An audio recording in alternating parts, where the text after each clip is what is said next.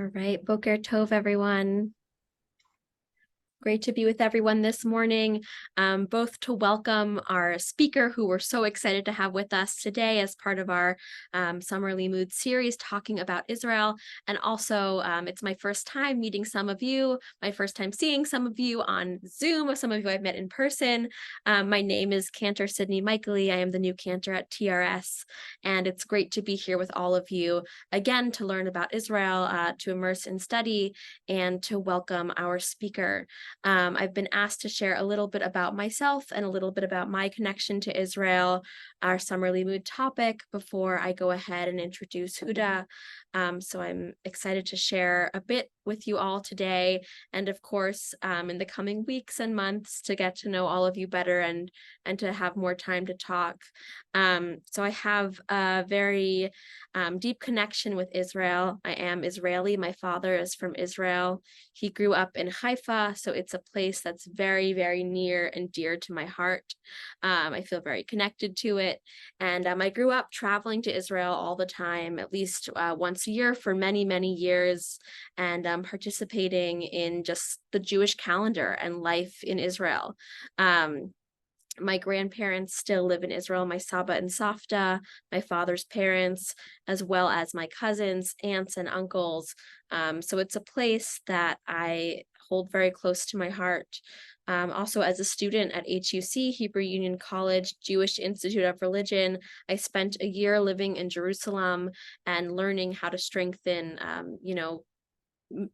motions for peace, for coexistence, for egalitarianism, all of these ideals that so many of us hold close to our hearts, learning about how we can strengthen those in Israel and be part of a brighter, more peaceful, more beautiful future for Israel. In fact, something that I really grew up with was my grandparents and their hope for a better Israel. Both of them, my Saba and Safta, are professors in Israel in Haifa, both emeritus now, but one at the University of Haifa and one at the Technion. And so if you know anything about Haifa, you might know that it is a place where people of all different religions, of all different faith backgrounds, usually are able to coexist together pretty peacefully. So to kind of kick us off on this theme, I just wanted to read something that my Safta wrote about herself and her existence and her involvement in these kinds of communities.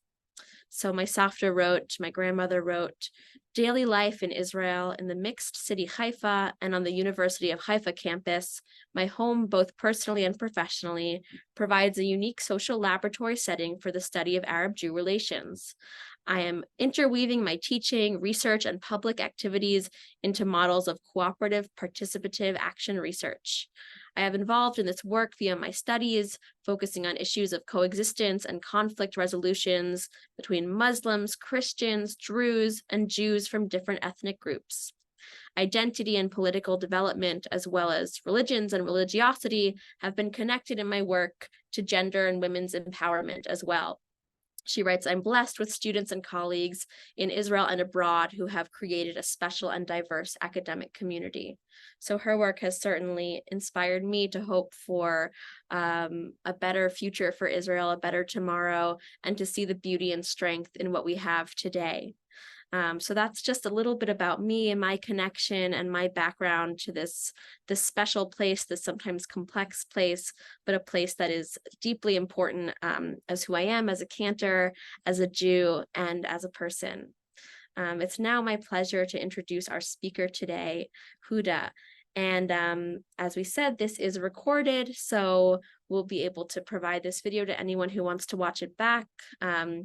We also will be taking questions. Huda has said that she is comfortable taking questions throughout the session, but since we can only talk one person at a time, please use the chat function if you're able, and I'll help you to be sure that Huda is able to see your questions and hopefully get to them by the time we end our session. So Huda Abuarquob is the Regional Director for ALLMEP, ALLMEP, the Alliance for Middle East Peace, since 2014. She has years of experience in conflict resolution, NGO leadership, and social change education and activism, as well as a lifelong commitment to building strong people-to-people Israeli-Palestinian relations. After studying conflict transformation and peace studies as a Fulbright scholar, she worked as an executive director, a program director, and an NGO consultant to a number of organizations in the US, Israel, and Palestine. She is a co-founder of the Center for Transformative Education and has taught and trained hundreds of students in Israel and the US. She has long been an active leader in grassroots Palestinian initiatives focused on women's empowerment and people-to-people diplomacy. Huda is the oldest of 12 children, the daughter of respected Palestinian educators, and an aunt to 22 nieces and nephews. Born in Jerusalem, she has traveled extensively in Europe and the Middle East, lived for 6 years in the US, and now resides in Hebron. Thank you so much, Huda, for being with us. We're really glad to learn from you this morning, and I'll welcome you to take the spotlight now and share your teaching with us. Thank you, Sydney. And before I start, I just want to know a little bit more about this community. You look all amazing early in the morning. But if it's possible to just let me know who I'm speaking to, and I've got some emails, but I don't know exactly whom I'm speaking to, and it's a huge number of people, 47 people, so we wouldn't be able to do a quick intro, but it's amazing if I know whom I'm speaking to. Thank you. Happy to do that. We are Congregation Temple Rodef Shalom in Falls Church, Virginia, which is in the DC area. And we are the largest Reform congregation in Virginia. I think we have the second largest religious school in the country with 900 kids, K through 12. And we are a congregation that proudly supports Israel, although we have a very wide degree of opinions on what that means and what that should mean. And this summer series that we're doing is part of exploring our relationships with Israel. And of course, that includes ties with Palestinians so that we can create a stronger community. And we have about 1,800 families in our congregation. So we're pretty large. Wow, it's amazing. And I think I'll start with supporting Israel's statement. And I would say that Israel is in need for that kind of support now more than any other time because of the government in Israel. Because to me, it's as someone who believes in peace building and having an Israel that would lead with the Palestinians a path towards freedom and justice and tikkun olam in general. I'm very worried about the future of Israel. And I think the Jewish people who are living abroad in the diaspora have every right to stand by Israel at this time, every time, but in particular at this time, in order for you guys to feel proud of the fact that you belong to a state that represents the core human Jewish values. It's important to me as a Palestinian also to live with Israelis who hold highly the values of Jewish life. I had the privilege of meeting with many Israelis who are Jewish in different colors, you know, people who live in settlements, rabbis who live near Hebron, where I reside now, who have a very different take on Judaism and Israel. And in the core, it's all the same. It's just the approach to what kind of Israel they want to live in is the worrying part for not only the Palestinians, but also the Jews in diaspora. I also want to encourage each and every one of you not to be taken back by the fact that you are not living in Israel. And so you don't have the same right as the Jews who live in Israel to defend Israel. You are entitled to that same right because this state exists to be a safe haven for you, but also to be a representative of the glorious Jewish survivors who survived all kinds of atrocities all through the history and managed to be one of the most successful minorities in the world, and to lift the Jewish values up in order to be a light for everyone to follow. And by Jewish values, I also acknowledge the fact that there are many of those, if it's not the majority, that are in common with Muslim Christian values and human values. And so we are in this together, all of us. Jews living in the world, or Jews living in Israel, or Palestinians who are living under occupation, we are all in this together. At the end of the day, what works in the best interest of all of us is to have a safe, secured, just, free Palestine and Israel. And if this is not the goal, then I don't know how long this is going to take in order to take down both Palestine and Israel in a way that will create a huge vacuum. And I'm always fearful of the vacuum created when there is no political will to resolve or transform this conflict. We've seen what it means to fill that vacuum with the ideology-driven, very well-funded groups. And we know that their agenda is not in the best interest of the majority of the people between the river and the sea. And we need to do something about it today, yesterday, and tomorrow. We need to continue doing that work. Again, my nieces and nephews, the only thing that I want to update is I do this work because of my nieces and nephews who are now up to 33 nieces and nephews. Some of them I claimed because they are Jewish and they belong to my friends and colleagues. So to me, I want them to live in a place where they've reached their potential and not be afraid and not be treated as enemies and not be treated as the villains. I want them to coexist in a place that gives them justice and peace and security because they deserve it. Thank you.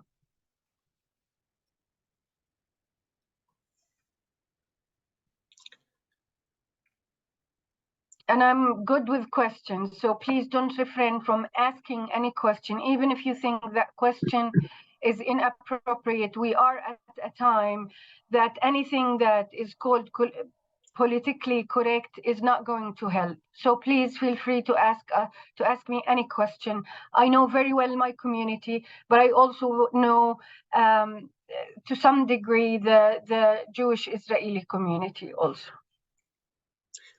Why don't you start by telling us a little bit about your work with ALLMEP and the organization? So actually, ALLMEP was born in DC by a Jewish young American who thought that after Oslo, it's important to bring all the organizations that do peace work and people to people, and we expanded people to people as a concept. His name is Avi Meyerstein, and I'm always amazed of his presence. He is the founder, yet he is now watching us as a team growing in 3 different places in the world. We have an office in DC, we have an office in Europe, and we have an office in the region that was established in 2014. And I was the first on the ground regional director. I actually created the office from scratch. I didn't have even at the time a computer when we started the office. Now we have 5 full-time staffers. And we started with 10 organizations, and now we are 170 organizations. So if you hear people telling you that peace work is not working and it's been diminished. It's on the contrary. I think peace work is growing, especially because in 1995 we lost a leader in Israel that wanted to change the world, and we see the people who killed him are ruling now. But that's why the resistance via peace is really important. And so we have now 170 organizations that are not left-leaning. And I insist on saying that peace is not just an exclusive club for those who think peace is one color. Since 2014, I've managed to include religious groups, settler-based organizations, more Palestinian organizations, more women-led organizations, more youth organizations, more interest-based organizations that tackle issues related to health, to agriculture, to the ecosystem, to water rights. We have people here in Palestine and Israel who believe that the only way for us to coexist together is peacefully and non-violently to co-resist the systems that want us to be enemies. And I think it's important here to note that people to people is not always necessarily about basic dialogue, what we refer to here regionally as hummus dialogue. Because at the end of the day, we can come to the room together and have a degree of respect to each other's presence and narratives and identities, but the actual work needs to be taken outside that room. So we moved from basic dialogue as a need or a means to actions. And these actions are 170 different theories of change among thousands of Palestinians and Israelis who are trying to survive on daily basis, all kinds of systems that want to shut us down from both sides, not just Palestinian side, but also on the Israeli side. We have many, and I'm going to use the word Zionists carefully here, extreme Zionist organizations that think our work with Palestinians is working with terrorists. So we are trying to fight anti-normalization, BDS, and these extreme groups like Camera, for instance, that monitors Palestinians who are part of the peace building community heavily and trying to attack and assassinate their characters. At the end of the day, we are Palestinians and we have a say when it comes to killing our own children.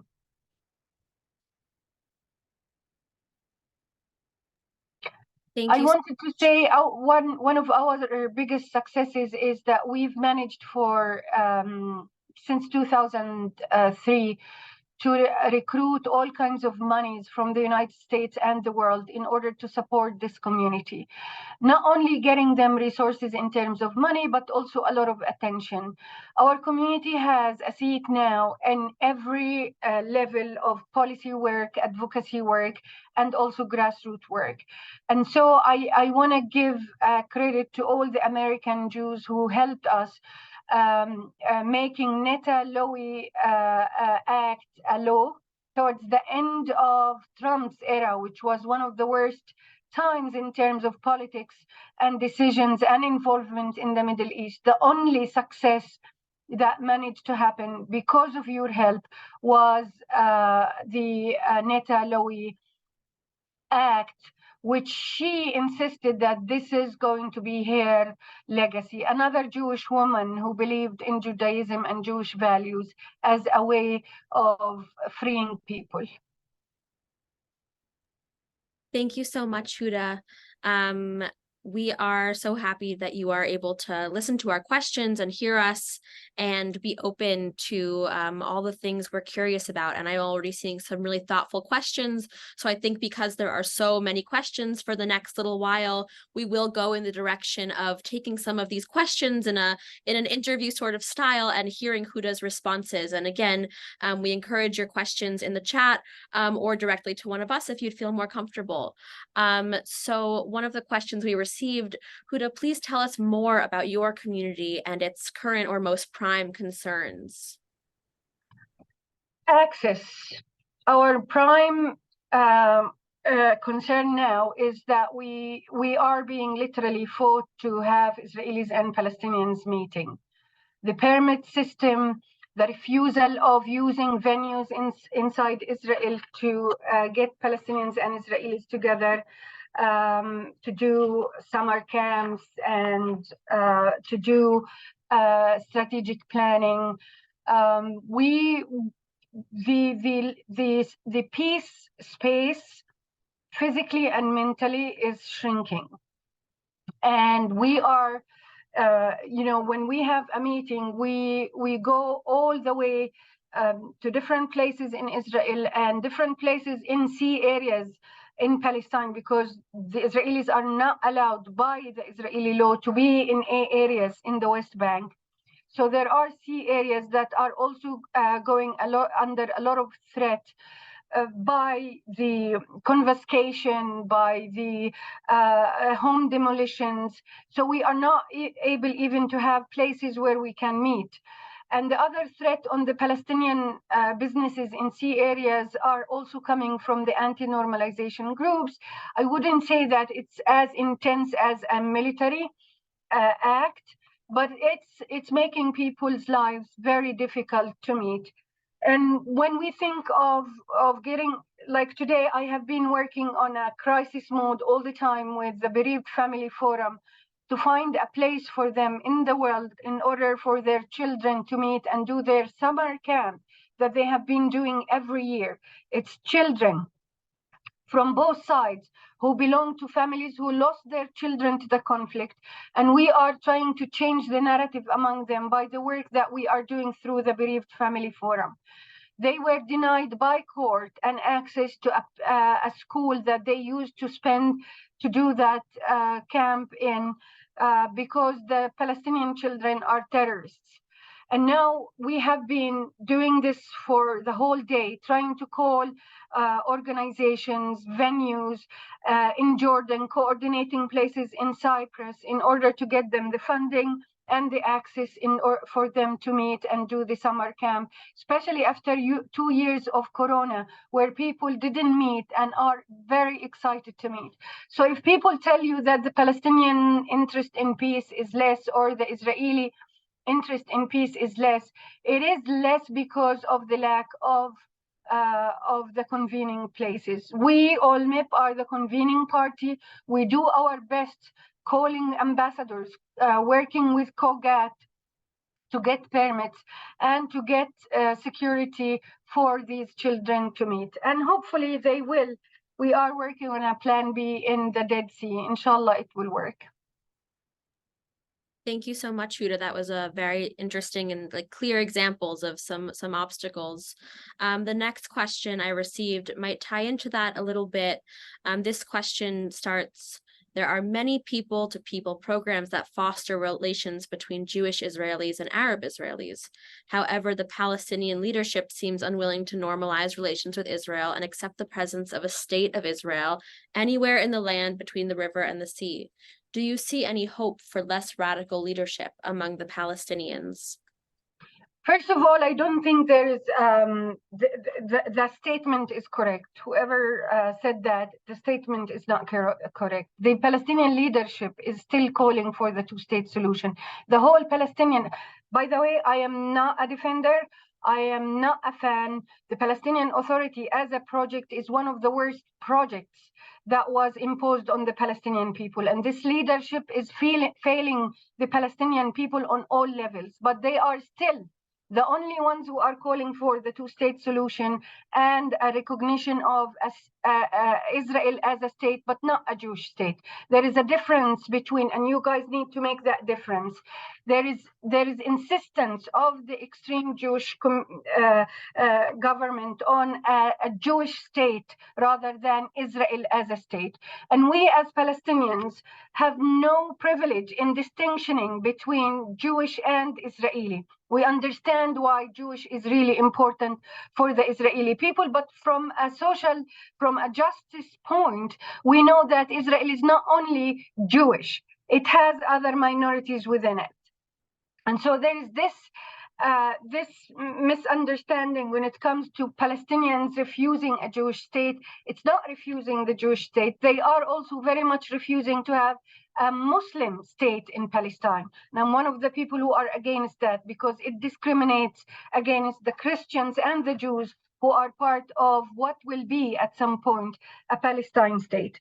Imagine if the United States is called the United States of Christians. How would that look like in the world? So this is where the Palestinian Authority is trying to make the let's say the disruption of the negotiations. But also there are no measurements on the ground that proves to the ordinary Palestinian or ordinary Israeli on daily basis that there are peace indications there. The Palestinians and the Israelis are reliving the same trauma almost every 6 months. It used to be every 2 years, and now it's almost every 6 months. And so there is no way to sell the idea of the two-state solution to the Palestinians when they are seeing the amount of land confiscation, home demolition, arrests, killing. There is the killing in different places in Palestine. It takes place with no whatsoever armed resistance. We have lost many children since January 2023 who have not been engaged in any kind of quote-unquote violent action against the Israeli army. The rules of engagement in the West Bank, and this is according to some Israeli, international, and Palestinian organizations, the rules of engagement have changed, and also the nature of the Israeli army, the personnel who are part of the Israeli army who are serving in the West Bank have changed. So I would call on us, to be careful about labeling. Hamas is obviously now trying to negotiate with the Israelis. They have done this for ages, and they are gaining a lot of power because of this Israeli government and the Israeli governments before this one. Also, let's remember in 1995 what happened. Hamas is gaining more power, and violence is empowering both sides. The people in the middle are losing the chance to meet each other and humanize each other. So we are also seeing a decline in the two-state solution as a favored solution among both young Palestinians and young Israelis. Most of them are going to the extreme, even going to Islamiyat and Jewish in a way that is not about the human part. It's about the ideology driven, the most extreme ideology behind these two terms. And we are very, very, very concerned about these trends. As people-to-people community, we know the opportunity here is by providing a space for the young from both sides to work together and to meet. But this possibility is shrinking on daily basis, and that's why most of our youth on both sides are going to the extreme. So the two-state solution for me, as a Palestinian who is first Intifada generation, who thought by being active during the first Intifada non-violently, I brought our leadership from the diaspora, and I still remember the time that we sent the Israeli army from Beit Lahem with roses rather than stones. I'm still there. The generation who are my nieces and nephews are not there. They haven't seen that. The kids who grow up in refugee camps have been born and carrying guns now, been born after 2002. They were born after the big incursion in the second Intifada. We need to remember that there is no peace around us in order to be very supportive of that peace. And that's why one of the challenges that we are facing as a community is that peace doesn't sell anymore. And we need to make peace as extreme as other notions in order for people to come through, not to be shy by using the term. Thank you, Huda. And someone had a question in the chat that was a clarification on one of the things you said. Someone wrote clarification. They're asking for a secular state in Israel. Is that what the PA is hoping for, I think, is the question, or is that what you're hoping for? And connecting that to other secular states in the Middle East. That was one of the clarifying questions we received. I think we need to move beyond these terms, secular versus non. That's why I insisted that we need religion and religious people to be part of the peace work, because I don't think these imposed terminologies or even models in the world have worked in the world. Religion is still very important to people, but what kind of religion? Our religions have been hijacked by the most extreme, using the context in order to promote a different version of our religions. We can be religious, we can. And I think it's important in the core of our hearts to be religious in that sense when it comes to the values that brings us together as human beings, knowing that there are higher powers that are watching us and we will respond to them at some point. I don't think that using secularism versus religious or two states versus one state is going to work in this context. I think we need to be more creative when it comes to responding to needs. In my opinion, the way I approach our conflict, I approach it from a human needs theory rather than identity theory or national theory or political theory. I think there are people between the river and the sea who have genuine concerns about their basic needs when it comes to safety, security, justice, recognition, access, etc. And we need to address these in order for the people to feel that they have been acknowledged and their needs have been acknowledged. Conflicts normally happen when there are the needs of a group, a certain group, are fulfilled on the expense of other group that is sharing the same place with them. And this is exactly what's happening in Palestine and Israel.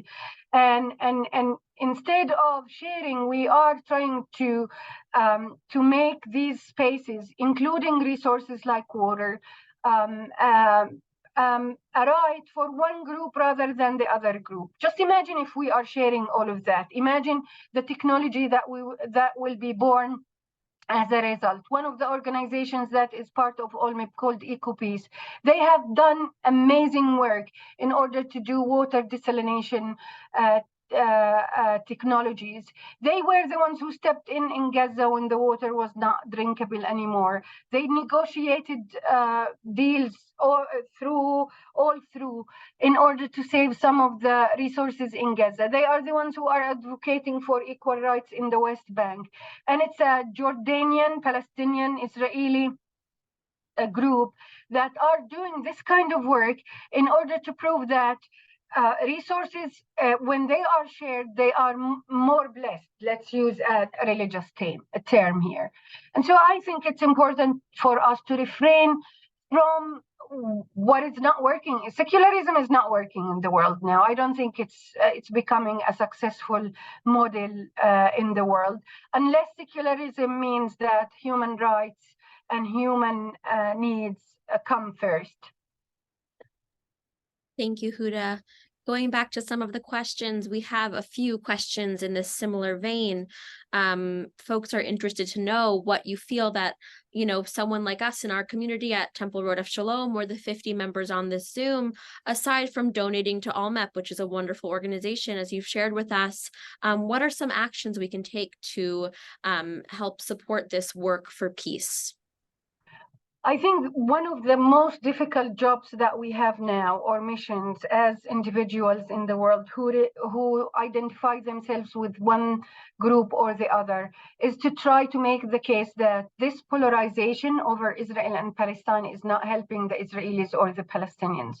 And your mission in the world, living in DC and in your communities, is to make sure that any kind of taking sides approach is not going to help.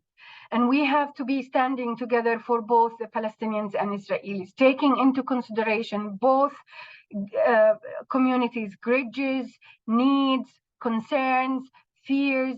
Engage in a conversation with the international community about the importance of doing this work in Palestine and Israel. Just imagine how this community, which is very small compared to the communities that around us who are against us, they are still surviving, standing on 2 feet, trying to find creative solutions every day in order for Israelis and Palestinians to meet and do work together.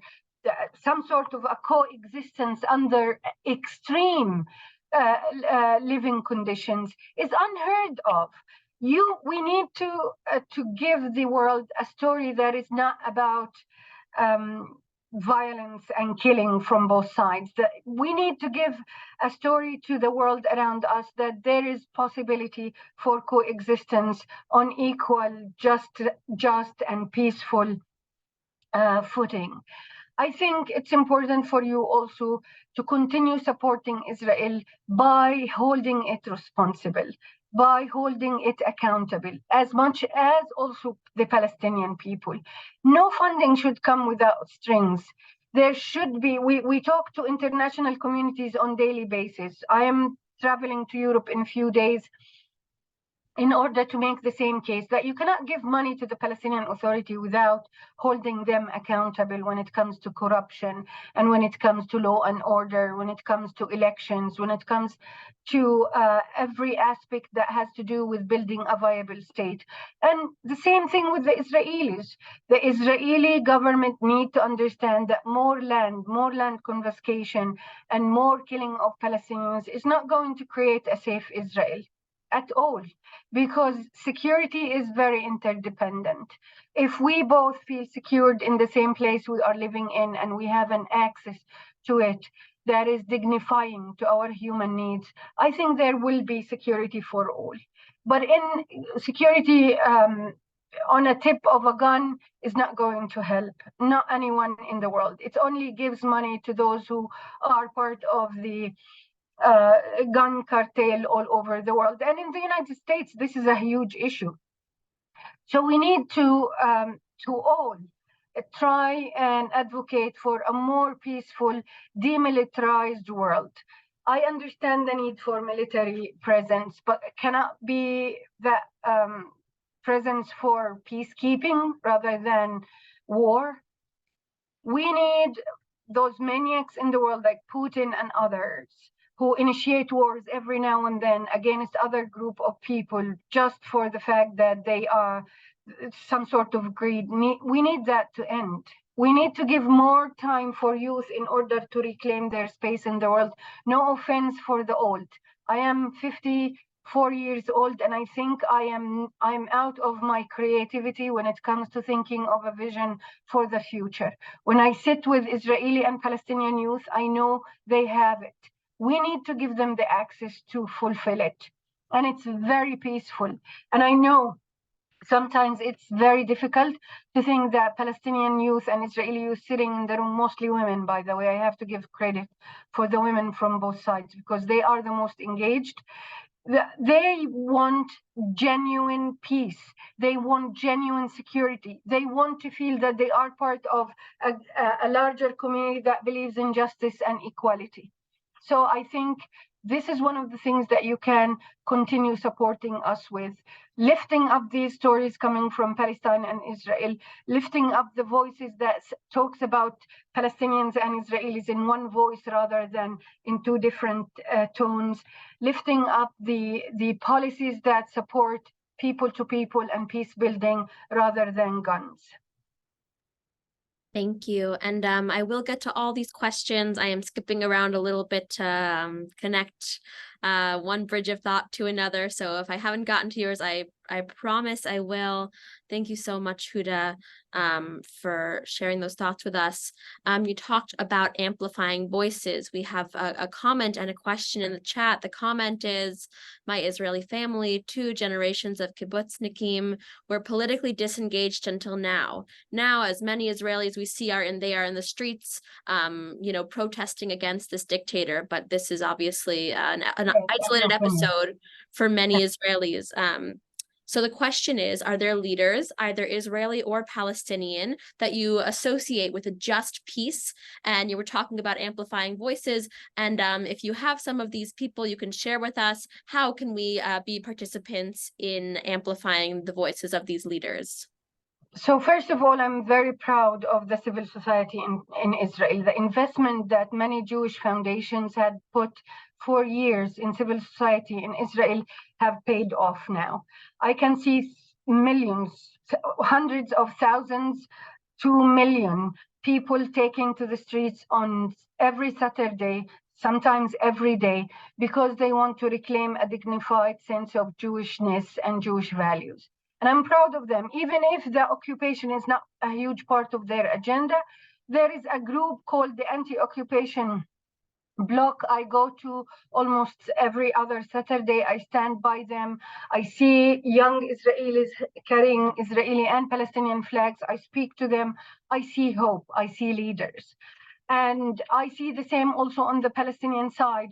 The Palestinians who are trying to make their voices heard, the Palestinians who speak against armed struggle as a non-working way of doing, creating our dream of a free Palestine, a free Palestinian state that belongs to a larger Middle East and has great relations with its immediate neighbor, Israel. I see that in the little voices that I hear here and there about women. 4,000 women who wants to march in October, Women of the Sun and Women Wage Peace in October, trying to get the whole world to hear them when it comes to what they see in the future for their children. These are all stories that you can go to our website and see them and send them everywhere. We're not shying away. We are very protective of ourselves because the danger is intense, but also we cannot continue being cowards. We need to be courageous, just like the Israelis who are marching in the streets on daily basis. Again, the Jewish community is leading by model on how they can reclaim their sense of values when it comes to the state that they are living with. I think it's time also for more creativity, because I don't think these demonstrations are going to lead to any change, radical change. And I see that the government is not listening. But I think it's important for you guys to come and surround these groups in order for things not to get out of hand. The last thing as a Palestinian I want to see in Israel is an internal war. Thanks, Huda. We did also have another question about the protests, and I think you covered it there. So thanks very much for your perspective on that. Another question we had goes back to the Palestinian community and their mood. What is the mood of the Palestinian community? Depressed, hopeless, angry, especially in light of your reference to Yitzhak Rabin, Zichronam Livracha? Yeah. Apathy.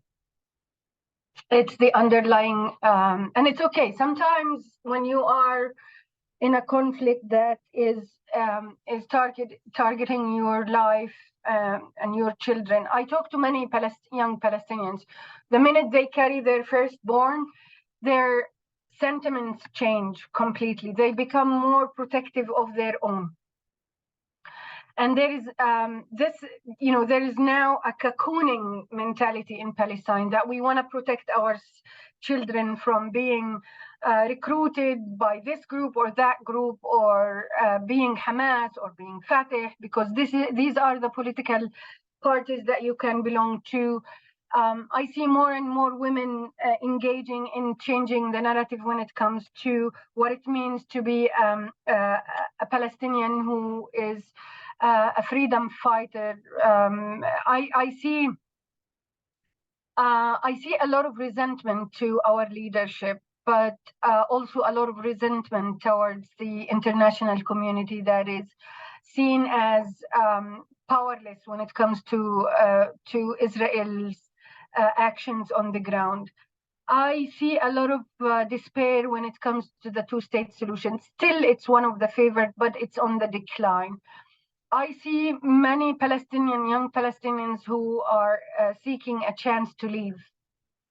The fragmentation within the Palestinian society also took away from us that kind of communal, collective solidarity that we used to have before. There are many issues when it comes to the social web of the Palestinian people. And I'm afraid that we are disconnected now from our natural connection to the Arab world, to our Palestinian diaspora. And I'm fearful that this will create a vacuum. And my fear that vacuum is going to be fulfilled by the most organized and the well-funded ideology-driven groups like Hamas and Jihad Islami. Despair can lead to anything. I don't blame the young Palestinians for not having hope, because our leadership have failed us on both sides. The Christian, the Hamas and the Fatah leadership have failed the young generation of Palestinians. But also Israel is becoming, a more aggressive regime dealing with Palestine and the Palestinians. And I'm afraid Smotrich and Ben-Gvir are not helping at all. They are igniting that sentiment that we need, that the Israelis don't want peace, and peace was the strategy of the weak, and Israel only understands the power of guns. I am afraid that we will go back to that square, and it will take us ages in order to get out of it, knowing very well that there is no solution to Israel and Palestine through violence. I am sure of it. Thank you. We'll continue on with the questions. This next question, many of us do want to hold responsible the current Israeli government. How do you address the understanding, though, that Israel's government acts to stop terrorist attacks by Palestinians on Israel, and that few Palestinians in position of authority seem willing to demand a stop to terrorist missiles, bombs, and other attacks in Israel? Wouldn't such statements by Palestinians show good faith in support of Jewish efforts to get Israel to treat Palestinians humanely? If I understand the question well, I don't think there is a chance for the Palestinian figures you're talking about to be successful or to be mainstream in this environment. In any conflict zone, the step one for peace building to work is to reduce the amount of violence happening on the ground on daily basis. This is not the case. I'm afraid that this is one of the bad news that I have. The violence is not stopping. And the Palestinians are in a self-defense mode almost all the time. Lion's Den in Jenin succeeded in recruiting many young Palestinians to support them, not necessarily carry guns, because they stated three things. The first one is that Hamas and Fatah do not represent us. The Palestinian Authority does not represent us. Unity is a must among the Palestinian people. We should stop the fragmentation and political differences and polarization. And the last one, we are in defense. We will not attack. We will be defending ourselves. And I'm afraid that the last incursion on Jenin, with images of Palestinians leaving their homes, another kind of, it's reiteration of the Nakba. And these are refugees from 1948. It actually took many of the Palestinians to a place that they won't listen to anybody in the world. They are not listening. They are all yelling at each other. And this is exactly the situation in Palestine. Mahmoud Abbas, when he decided to visit Jenin, there was a lot of security coordination for that to happen. Not because the Israelis wanted to protect him, but because the Palestinians didn't want to have an incident where Fatah armed people will be shooting at Palestinians at some point. We are on the verge of a breakdown when it comes to our leadership, and I'm afraid that if apathy does not save us at this point, I don't think anything else is going to save us from engaging in an internal conflict.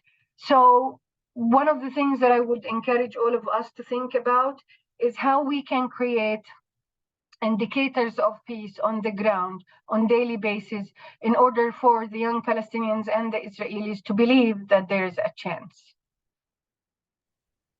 Thank you. Our next question: has the increased violence in the West Bank and the political upheaval in Israel impacted the work of any of the ALLMEP organizations? Say that again. Sorry, I was looking at, I was hoping that I can catch some of the questions. No Sorry. worries, no worries. I'm reading them out loud to you, so no worries at all. I'm catching all of them. So has the increased violence in the West Bank and the political upheaval in Israel impacted the work of any ALLMEP organizations or projects?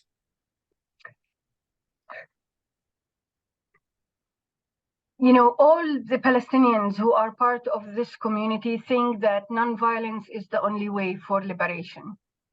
We believe in Gandhi and Martin Luther King, and we believe also in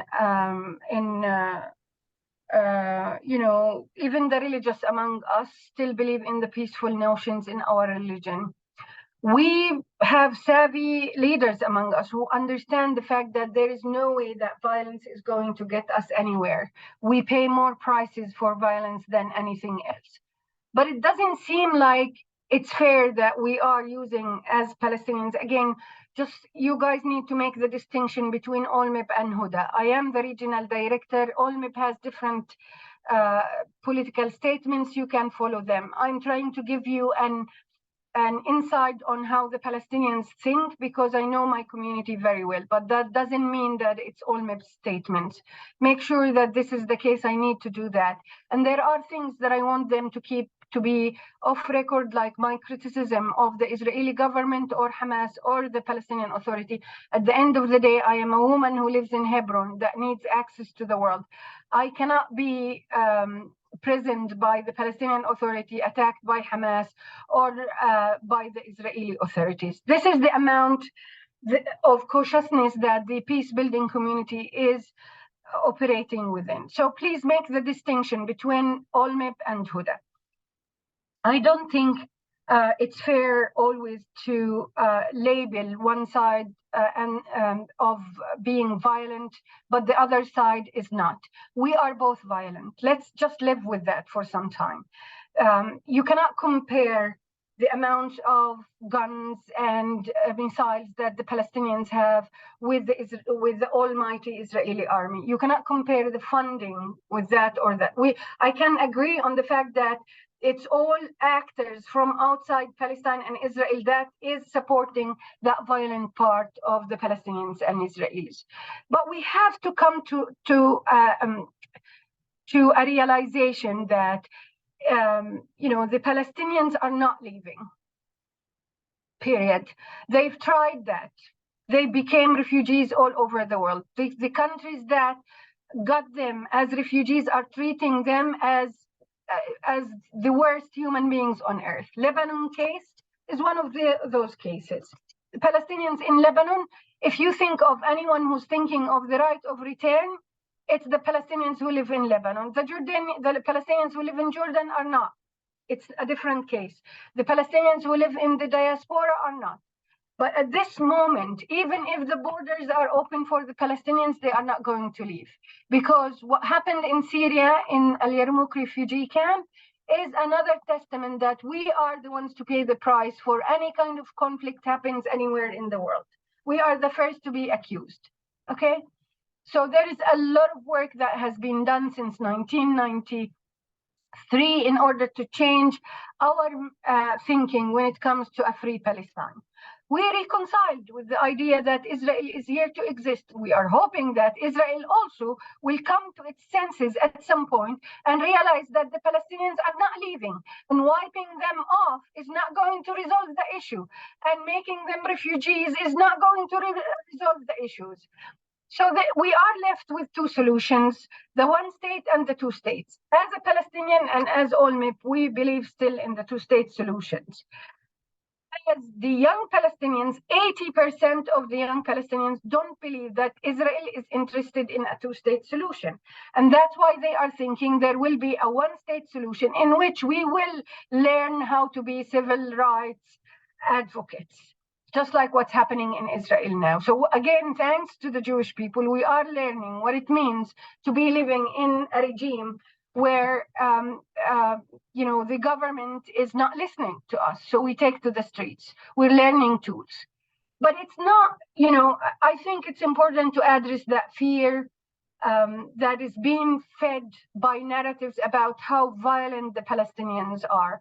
If they are that strong, violently speaking, I think two things would have happened so far. Either they will have been all wiped out and there will be no Palestine or Palestinians, or Israel will not exist. So let's refrain from, making one side looks bad. Again, my call for everyone with some human rights core values in them, to think of us, the people who are on the ground are not the leaders of Israel and Palestine at the time. And we both are, fighting our own little battles here and there against the systems that are ruling us. Give us a chance. Thank you, Huda, and we thank you for sharing so much about yourself and your personal story and bringing that to us today. It's not all the time we get to hear someone's personal story, and whether or not we are feeling challenged by that or invigorated by that or emotional, whatever it's bringing up for you, we really just appreciate hearing your personal story. And just a clarification from before, I think the question was more about the work of ALLMEP and if it's difficult, more difficult with the protests. Which I think, as you said, perhaps, not being able to find a location, for example, for this camp to take place, it sounds like these barriers are not going away. Yeah, but I want to celebrate with you the fact that this community, instead of shrinking, it's growing. And this is the sign of hope. The more the challenges on the ground, the more creative and more united we become. Our conference in June had 600 people attending it, mostly young people. We had nights opening, and we had the UN peace envoy opening, and they all gave us credit as the most resilient community in Palestine and Israel that still believes in the Palestinian and the Israeli rights to exist together, reach their potential, but also lead the world towards more light, which is what I believe also as someone who I think at some point in my life, in one of my lives, I was Jewish. Let's make sure at the end of the day that we as human beings should not lose hope, especially the ones who are in this conflict, and especially you guys. Don't give up on Israel. Don't give up on the Palestinian people. Don't give up on the humanity of the world. And don't give up on the fact that things change. Thank you, Huda. I'm wondering if you would be open to sharing a little bit more about yourself. We did have a question: when you travel to Europe, are you allowed to fly out of Ben Gurion, or do you need to fly in and out of Amman? So sorts of questions like that, would you be open to answering, and to Absolutely. also sharing maybe a bit about what brought you to this work, your life as a Palestinian woman, a few more things about you, and also answering questions like these, some of your more logistical daily things. It's not often we get to speak to a Palestinian woman, at least for me. So to share a little bit about your life and questions like that. So I'm out there, Google my name. You will see me speaking in big demonstrations, writing articles. My community and my family knows what I'm doing. I'm completely safe everywhere I go. I have to be honest with you. The only threat that I feel is when I'm driving on Road 60. And thank God that I'm not wearing hijab, because if I'm wearing hijab and I'm driving a car, I could be taken as a suspect, and be killed. And it happened to many of my colleagues. I don't believe that hijab is from Islam, so I don't cover. I drive with brains. I am careful when I cross certain areas with heavy Israeli army presence. So I need to save myself in that way, not to be stupid and do something wrong. The part that has to do with traveling, one of the things that we've learned from Martin Luther King is engagement. Engage with the devil. God engaged with the devil. Who are we as his creatures or her creatures not to engage with the devil? So one of the things that we do at ALLMEP is that we do a lot of work with Israeli authorities when it comes to access. And thank God, still there is this part about the Israeli government that is also under a lot of scrutiny now.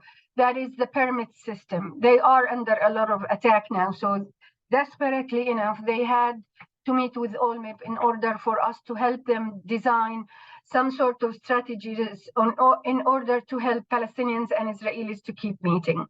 I used to travel through Amman for a long time until at some point there was a recognition of this work because of the work that we are doing with the Israeli government. Not me personally, I cannot, but our international team does and our local Israeli team does. That there is a recognition. If we are traveling as Palestinians and Israelis, I have the right to get a permit to travel through Ben Gurion. Now, this permit is written in Arabic and in Hebrew, and this is one of the issues.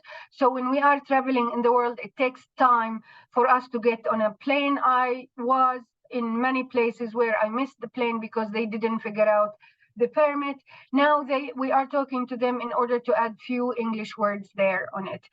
Well, the other thing that we are doing also as ALLMEP is that we talk with governments all over the world about giving access, putting some pressure when it comes to the peace building community, traveling and access. So this is another success that we've done in our advocacy nationally and internationally. I have to say, because I am Palestinian, I get the special treatment everywhere I go in the world. Not in Israel. I could use the statement that it's only in Israel, but I get it even in the Arab world. So this is one of the things that we as Palestinians think that we need a status. We need to have a passport, a state that is acknowledged, a legal entry to the world, so as for us not to be the ones always getting the special treatment. Nothing against the special treatment. I always get out of long queues waiting, and I don't have patience for queues and don't have the knees to do that standing for a long time. So the special treatment sometimes is a privilege. So thank God to the fact that we don't do boycott. We engage with everyone. So if and one of the things that I want to leave you with is that when I sit with rabbis from Kiryat Arba, and I did, one of them, we lost one of them, God bless his soul. When we started the conversation, he was not willing to even have a conversation, and we started, him and I, the conversation on the occasion of the Yom Kippur. Why is it, my question was, why is it such a sad time? And he was like, no, it's not sad. And we engaged. And he asked me about verses in the Quran that talks about the Jews. And I asked him about things that related to being a settler in the West Bank. What does that mean? And we had 6 facilitators sitting in the room. He was in his 80s when we met 4 years ago. And he left, instead of sitting there for only 30 minutes, we sat there for 90 minutes.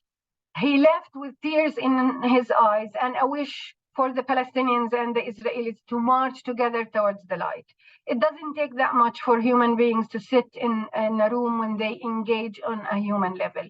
So one of the things that we do, narratives of disengagement, narratives of enemy of the enemy are not part of our conversation when we engage, and that's what makes us Jews. No.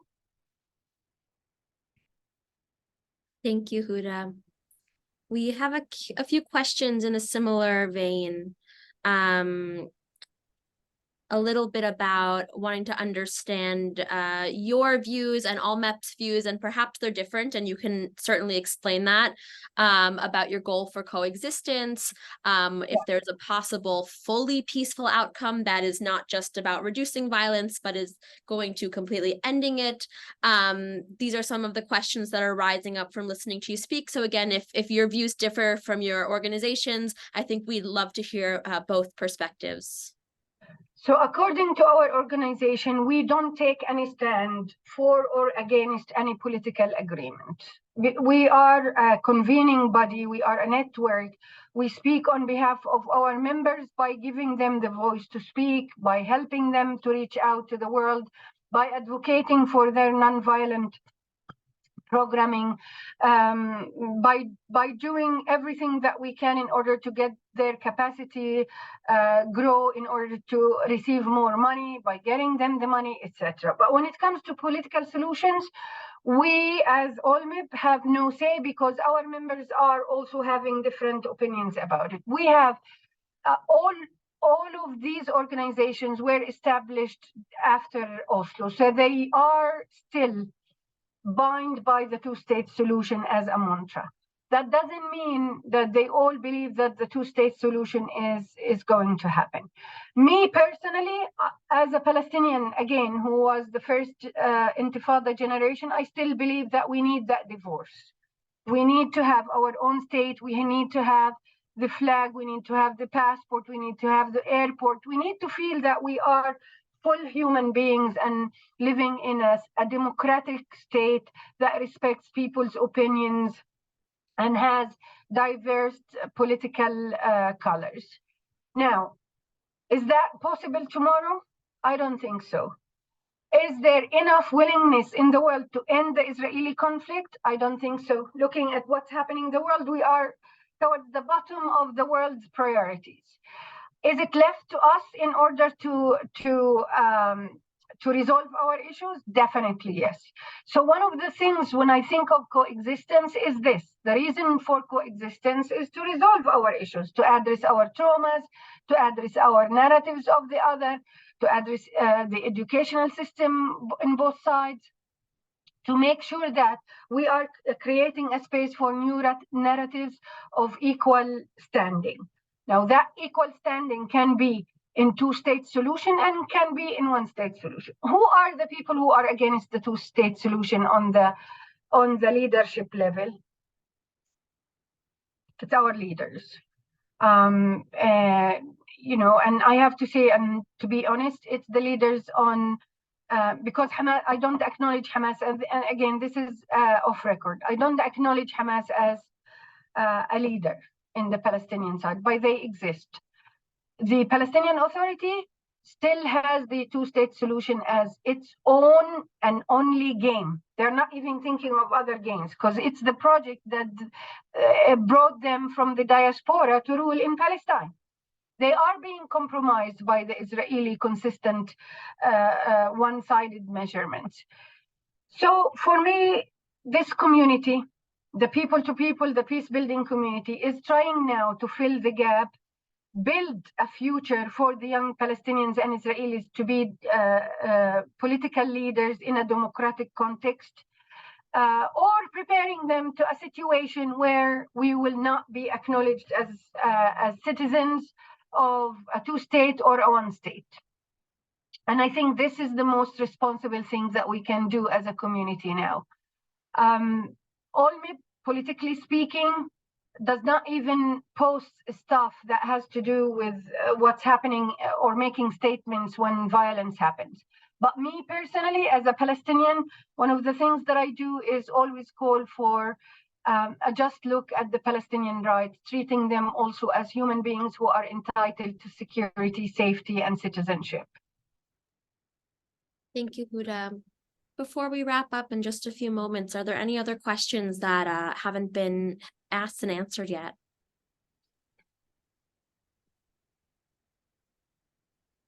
I know we all have a lot to think about. You know, every single one of us comes to this topic, this conversation, to these ideas from a different place with our different identities and our thoughts and our passions and our biases.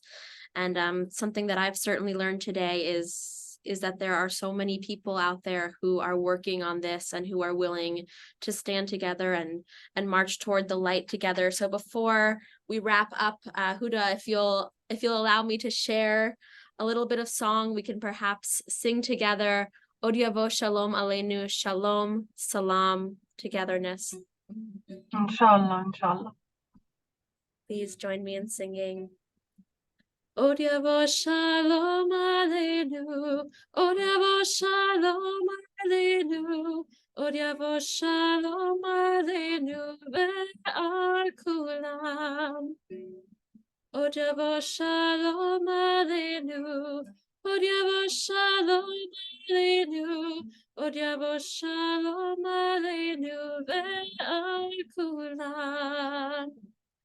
Salam aleinu kol ha'olam. Salam, salam. Salam aleinu kol ha'olam. Salam, salam. Od yavo shalom aleinu. Od yavo shalom aleinu. Od yavo shalom aleinu ve'al kulam. Thanks so much, Huda. Thank you.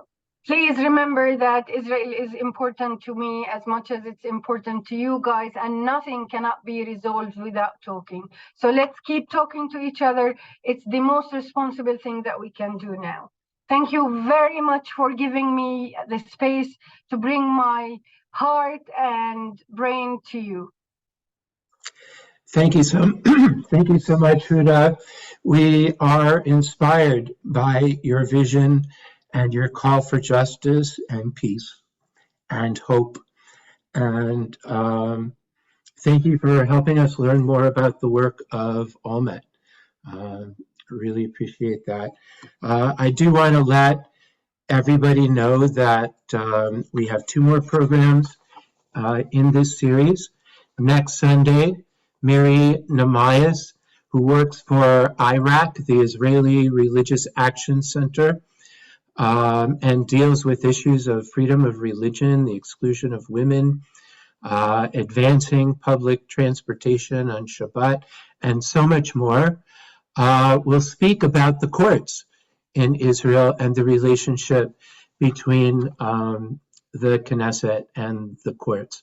And Rabbi Schwartzman will be talking about her relationship with Israel and introducing our guest.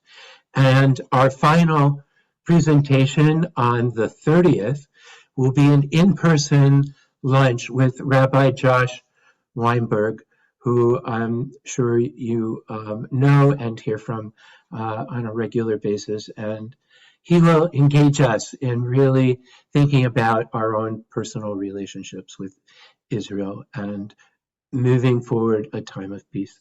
So once again, thank you, Huda, and we'll say goodbye to everybody. Salam. Salam. Bye, everyone. Thank you.